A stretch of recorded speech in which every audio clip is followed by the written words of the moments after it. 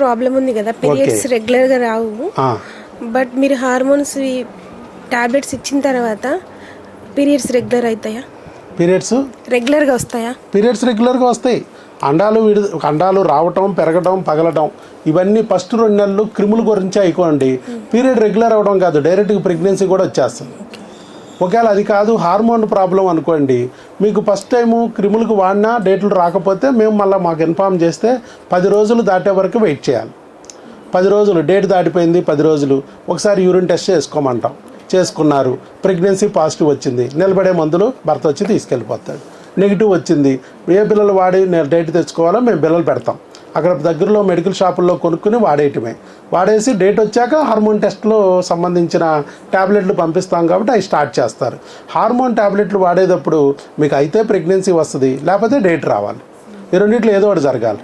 ఈ రెండో జరగలేదనుకోండి, హార్మోన్ డోసుని కొంచెం మారుస్తాం, అడ్జస్ట్ చేస్తాం. చేసి మొత్తానికి మీకు ప్రెగ్నెన్సీ తీసుకొచ్చేదట్టు